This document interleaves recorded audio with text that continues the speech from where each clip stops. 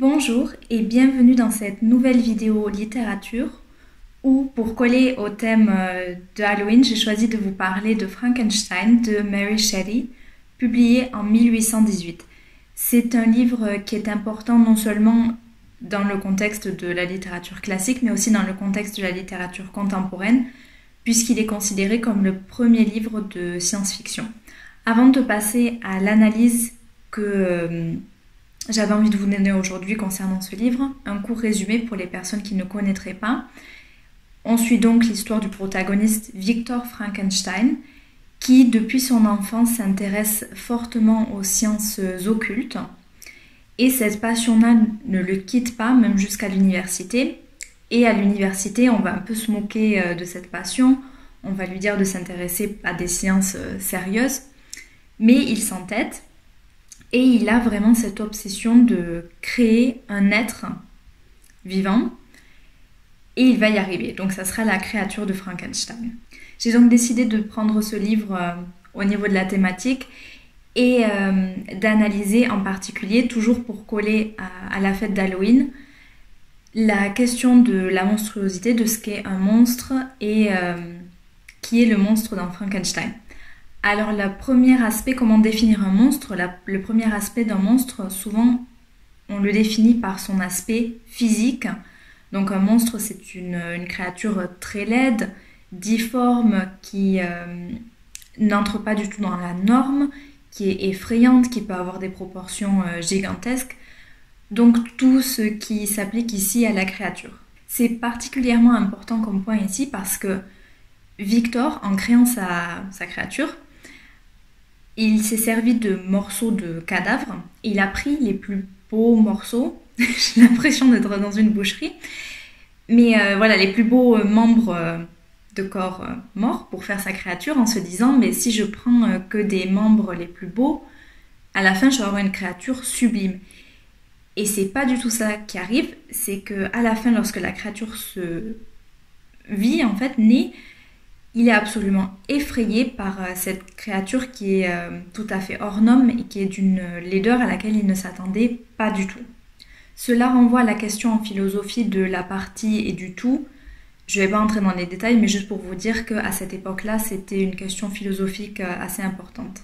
La créature a fortement conscience de sa différence physique et des barrières que ça pose. Elle en parle plusieurs fois dans le livre qu'elle est une grande laideur en comparaison avec la beauté bien supérieure des hommes.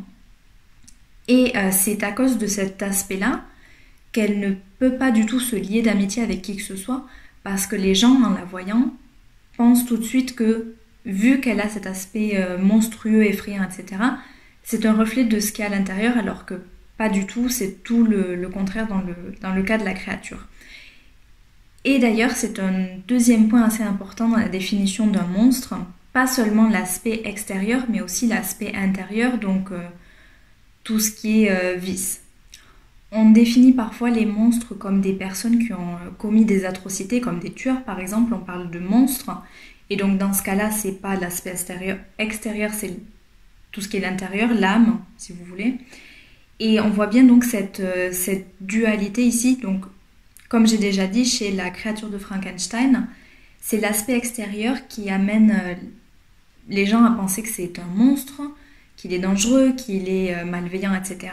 Alors que malgré cette laideur et malgré ces difformités et cet aspect physique tout à fait hors norme, à l'intérieur, c'est une créature très sensible, très gentille, très intelligente, très cultivée, tout ce qu'on veut, donc tout ce qu'il y a de plus beau en fait à l'intérieur de son âme. En parallèle de ça, donc le père, le créateur de cette créature-là, Victor, lui, bon, physiquement ne se démarque pas particulièrement des autres humains, mais on se rend compte en avançant dans le livre que c'est une personne qui est assez égoïste, lâche et même, franchement, c'est peut-être mon avis personnel, mais carrément bête. Ce qui est quand même assez étonnant pour quelqu'un qui a réussi à créer la vie à partir de membres de corps morts. Mais donc il y a vraiment cette dualité-là entre la créature qui est, disons, laide à l'extérieur mais belle à l'intérieur, et Victor où c'est à mon avis, le contraire. Toujours en lien, toujours dans mon avis tout à fait subjectif avec la définition de la monstruosité, il y a dans le livre une dimension morale très très forte qui est, je pense, influencée par la mentalité religieuse aussi de l'époque. Pourquoi je relis les deux? Je relis les deux spécialement dans le cas de Victor, parce que en essayant de créer la vie comme ça à partir de corps morts, même si c'est pas ce qu'il a voulu faire vraiment, mais en un sens ça le rapprochait d'une créature divine, donc d'un être parfait, mais finalement c'est ça exactement qui l'a rendu laid et qui a fait de lui un peu un monstre, même un monstre amoral. C'est son amoralité en fait qui a en un sens fait de lui un monstre. Du fait de ce qui était considéré comme amoral dans ce livre et du fait que ça allait quand même dans une direction contraire à ce qui était vu comme acceptable par la religion, le livre était considéré comme choquant, donc la plupart des maisons d'édition, les plus grandes maisons d'édition, ont refusé de le publier. Je pense que ce lien entre monstruosité et aspect moral religieux est peut-être pas forcément toujours très présent quand on le lit aujourd'hui, parce qu'on a quand même une mentalité qui est différente. Et j'ai l'impression que dans notre société aujourd'hui, on a plutôt l'habitude que la science intervienne dans la vie de tous les jours, qu'on joue parfois un peu avec la vie même. Et on a tendance, je trouve, à placer la science dans un rôle bien plus important que l'ordre naturel des choses, ce qui n'était pas le cas à l'époque. Donc c'est pour ça aussi qu'il y a toute cette dimension très choquante qui renforce pour moi la monstruosité de Victor, qui est peut-être pas forcément aussi présente pour un lecteur contemporain. Vous l'aurez donc compris, pour moi, le monstre de ce livre, c'est Victor, et non pas sa créature, parce qu'il s'est entêté dans une quête tout à fait contre la morale, contre toute entente même, et au moment où il s'est rendu compte de son erreur, au lieu de prendre ses responsabilités comme il aurait dû, il s'est enfui comme un gamin en « je ferme la porte, je vois plus, du coup il n'y a plus de problème ». Je trouve aussi intéressant que souvent les gens qui ne connaissent pas bien le livre confondent et pensent que Frankenstein c'est la créature, alors que Frankenstein c'est Victor, c'est le personnage principal. Et ça montre quand même que les deux ne sont pas séparés. Donc quand on pense que le monstre c'est la créature, quand on connaît peut-être pas bien le livre et qu'on ne détache pas vraiment les deux, c'est vraiment pour moi révélateur de quelque chose qui se retrouve vraiment dans le livre quand on le lit et quand on creuse un peu, du fait que cette monstruosité-là qui se retrouve chez le monstre, dans l'aspect physique du monstre, est en fait née chez Victor, mais dans son âme, si on peut appeler ça comme ça. Je ne sais pas vraiment comment appeler ça.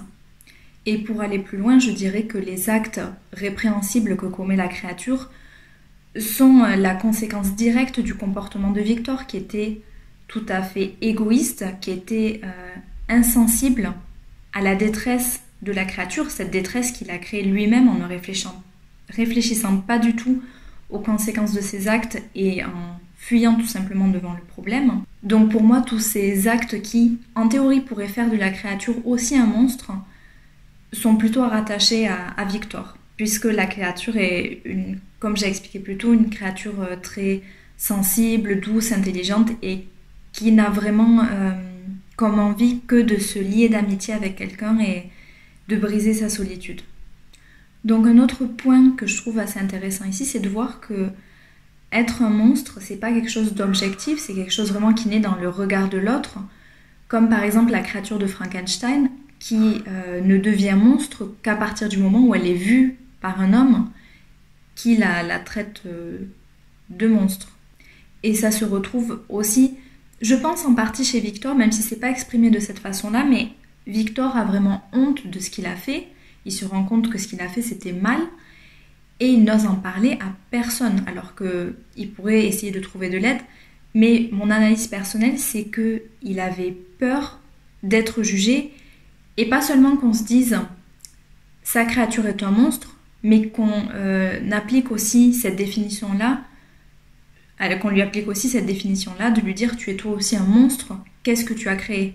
C'était donc ma courte analyse sur la monstruosité dans Frankenstein. J'espère que vous aurez trouvé ça intéressant, que peut-être ça vous aura donné à réfléchir sur le livre d'une façon un peu différente.